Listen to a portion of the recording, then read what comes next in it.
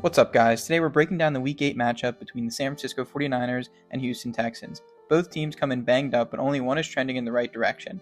Let's go through the four main reasons why the 49ers will win this game outright. Reason 1, Houston's offense is stalling. CJ Stroud's accuracy and confidence has dipped sharply. He's just not playing well this year. Reason 2, the Kyle Shanahan advantage. Better coach, better adjustments, and the difference maker in a close game. Reason 3, Mac Jones and Christian McCaffrey are finding real rhythm. The 49ers offense is balanced again. Reason number 4, that one you're going to have to wait and find out. It could be the most important reason of the entire game. Alright, into the analysis. Reason number 1, the Texans offense is still not great.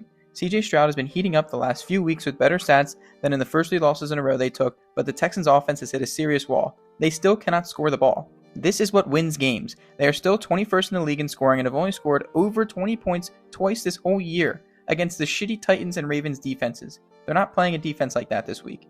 Not to mention, in their last game, Stroud completed just 23 of 49 passes under 50% as he was forced to throw the ball, and he's playing a similarly ranked defense this week as he did when they lost to the Seahawks. Their running backs were also completely shut down. Nick Chubb and Jalen Marks combined for just 15 carries and 31 yards. They rank in the mid-20s in all combined rushing stat categories, not helpful for young Stroud. Lastly, in their last 2 head-to-head matchups, San Francisco has scored 49 points against Houston while only allowing 23 total. This means San Francisco can scheme this team well and plans to do it again.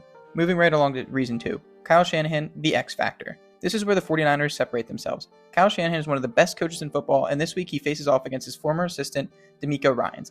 The familiarity gives Shanahan a huge edge in preparation. Despite major injuries, the 49ers are 5-2 on the season, with road wins in Seattle, New Orleans, and Los Angeles, including being an 8.5 plus underdog versus the Rams. Shanahan continues to scheme his way to victory, adapting his offense no matter who's under center. Houston's defense might rank number 1 in yards allowed. I understand that's a really good stat, but they've only produced 14 sacks, which is middle of the pack, giving Shanahan a chance. Shanahan's quick release scheme will neutralize that rush and expose their secondary, especially if Kittle and McCaffrey get early touches and do well. Boom. Reason number 3. Mac Jones and McCaffrey will power this offense. Even without Brock Purdy, the 49ers have found stability behind Mac Jones. He's quietly gone 4-1 in his last 5 starts. Last week, he led San Francisco to a 20-10 win over Atlanta as road underdogs, completing 65% of his passes and making no major mistakes, just 1 interception.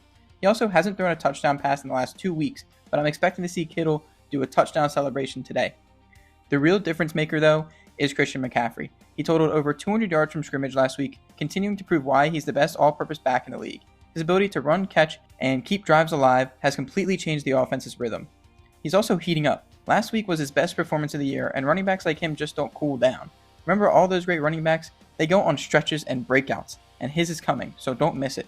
He had 0 touchdowns in the first 5 games of the year and 3 in the last 2, and I'm expecting him to put up some great numbers even against a Houston defensive line that ranks top 5 in the league. And lastly, do not forget about George Kittle. He is back and healthy. After missing 5 games and publicly apologizing for his slow return, he's ready to establish himself as the team's number 1 target. Not to mention wide receiver Juwan Jennings is back and ready to make whatever difference he can. Alright, last reason, the one you've been waiting for.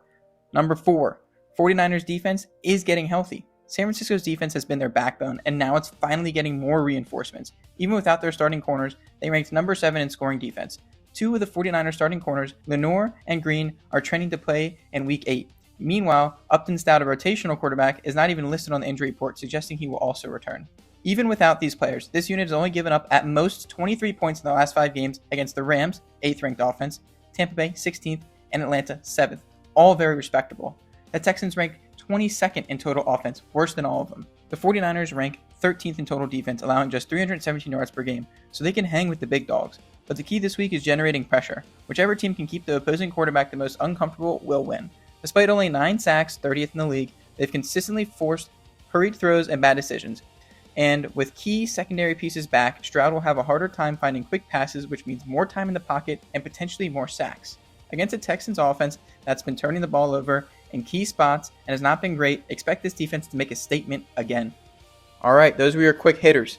Here's the wrap-up final prediction. The 49ers are trending up, the Texans are going to be trending down after this week, and coaching will be the major difference.